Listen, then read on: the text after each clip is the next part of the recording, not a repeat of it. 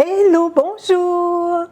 Back in 2003, I sure thought that losing 40 pounds, clearing my rosacea, and most remarkably reversing rheumatoid arthritis in only 3 months would have intrigued family and friends and asked, "What did you do?" I was eager to tell, not all were eager to hear. So it's been 23 years searching ways to nourish social connections while staying true to my personal convictions. Today, I will share why I adopted the vegan diet and my suggestion on how to navigate the hurdles along the way. Curious? Let's start. In 2003, the rheumatoid arthritis affecting my hands, knees, and toes was getting worse. My fingers were so achy and swollen, I was losing strength to the point that I could not open jars, button up my shirts, zip up my pants, tie up my shoes. My legs were getting so weak that getting off the floor was a project on its own. While on my knees, I needed to make my way to a chair, a table, something to help me prop myself back up.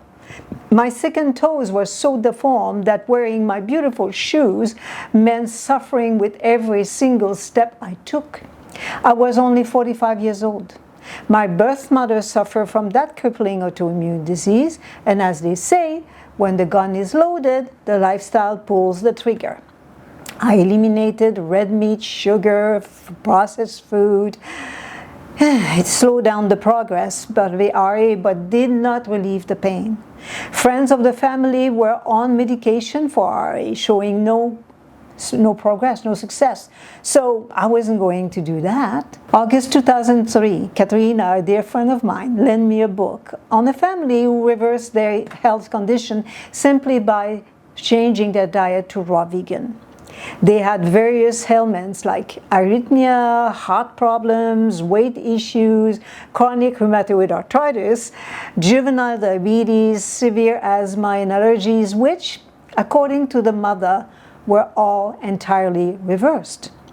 It was a quick read, it was a little book, and the next day I decided to give this magical diet a go. From day one, I ate everything raw, and within a week, the swelling went down. I could close my hands again, carry my own grocery bag, and wear my beautiful shoes and beautiful clothes. I was ecstatic. Within 3 months, the pain and aches were gone. My strength was back. And bonus, I lost 40 pounds without even trying, and my rosacea vanished too. I was blown away. Early 2004, my daughter joined me, and by the spring, my then husband was finally convinced it was safe to eat, to transition our sons to living food. The evident proof was too strong to ignore. He put aside his concerns of the loss of manhood for our sons and himself. The meat myth runs deep. For time immemorial, meat has been conflated with strength and masculinity. To his surprise, his sleep apnea and belly fat vanish, but not his muscles. Our children's hyperactivity, rashes, temper tantrums were a story of the past.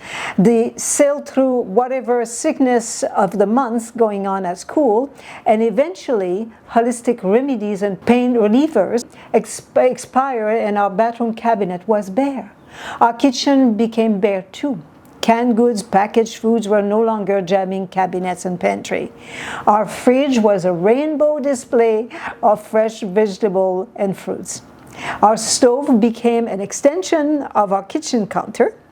Our oven turned into a makeshift greenhouse for sprouting legumes and grains and seeds and nuts.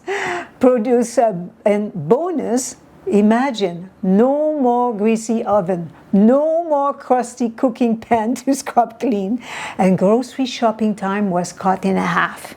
Produce aisles, seasoning, dry goods, I was out of there. Our garbage was reduced from 2 times 45-gallon huge waste bag to 1 4-gallon, reducing our waste by 90%. Our vegan lifestyle was a resounding success for our health and for our planet, but it wasn't welcomed by our entire family. So how did I navigate the opposition of our vegan lifestyle? Well, here comes the first challenge of taking a different route than the common belief animal protein is required for optimal health, strength, and survival. I was asked to justify choosing a vegan diet and support my decision with proven facts. Let me tell you that back in 2003, finding medical research paper to confirm that vegetables, fruits, legumes, nuts, and seeds contain the building blocks for health, good luck with that.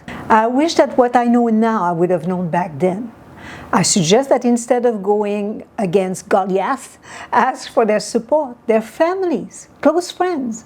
They love you. They will support you. You're not imposing a change of lifestyle on them. It's fair they will not impose theirs on you. Ask. It is your body, your life. It is your caring for your own children. You are invited for a meal. Now what? It's a potluck. That's your luck. Easy to partake. Raw food is the perfect party food. It won't get cold.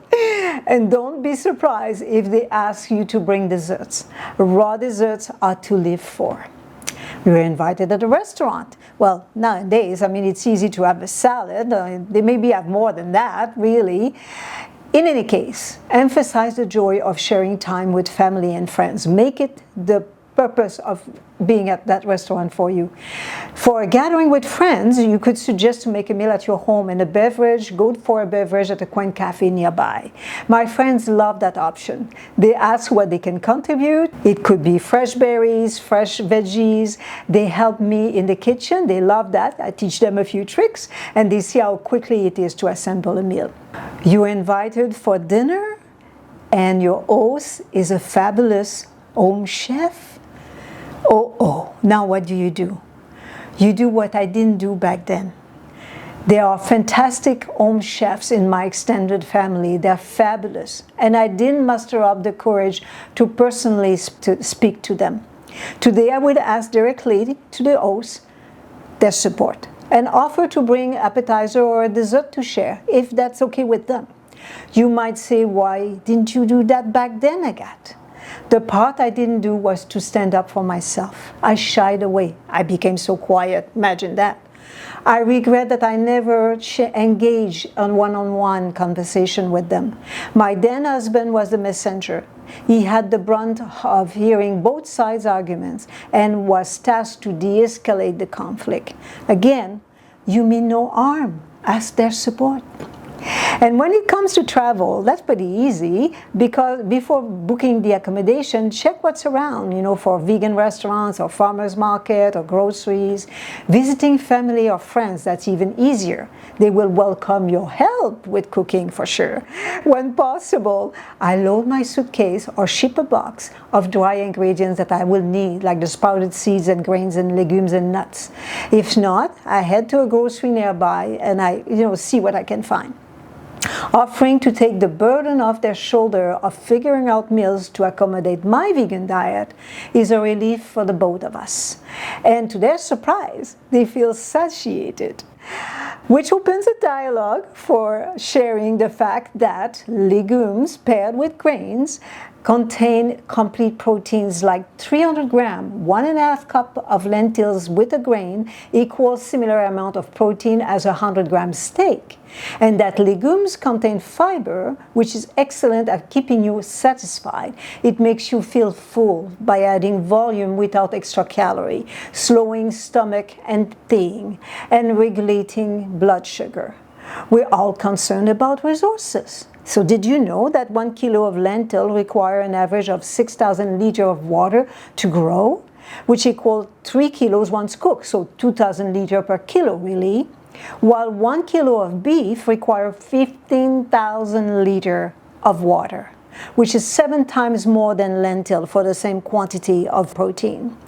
That 1 acre of land will produce an average of 700 kilos of lentils, 2,100 cooked, while 1 acre of land is required per average of 250 kilograms of beef, which is 8.4 less than lentil, with the same amount again of protein. And did you know that vitamin B12 is synthesized exclusively by microorganisms, bacteria and archaea, not by plants and animals? Animals raised indoors receive vitamin B12 supplements. in their feed. Grass-fed ruminants synthesize B12 from cobalt found in the soil and grass. While grazing, they also ingest B12, producing the bacteria directly from the soil. So we all get our B12 from supplements, unless you're eating meat from grass-fed animal. And there are more facts that you might know, but stop there. There is enough said. Leave room for an open dialogue. If a question is being asked to which you don't have the answer, then say, I'll research and get back to you. Similarly, if an affirmation is being challenged, take a breath and suggest researching and exchange information. Intentionally listen, and you will be listened to. In conclusion, overcoming my health challenge led me to my passion for sharing and teaching vegan living cuisine. Plants are medicine. In 2012, I opened my own raw food cafe, 𝗃𝗃𝗵𝗏. Customer reviews are still posted on 𝗃𝗃𝗏. In 2020, I closed my cafe and started my YouTube channel, and I'm loving it. From the day my health was revitalized through organic, old vegan food, I wanted to teach it. I wanted the world to know that the answer to reversing your immune disorder is on your plate. Choose to eat nutritious and delicious food that supports your body's healing capacity. Imagine there is no extra expense for medication. Your food is your medication. Imagine there are no side effects requiring more doctor visit or more medication. Imagine that your health is in your own hands and you're the captain of your ship. To tell you the vitality and freedom I enjoy at my age today is inestimable. There is no price for it, right? I envision my remaining years to create an enduring impact that inspires you to take your health in your own hands. And I invite you to look in the description for links to my website, my ebooks, and please like, comment, share, and subscribe. It means a lot to me. Love food that loves you back.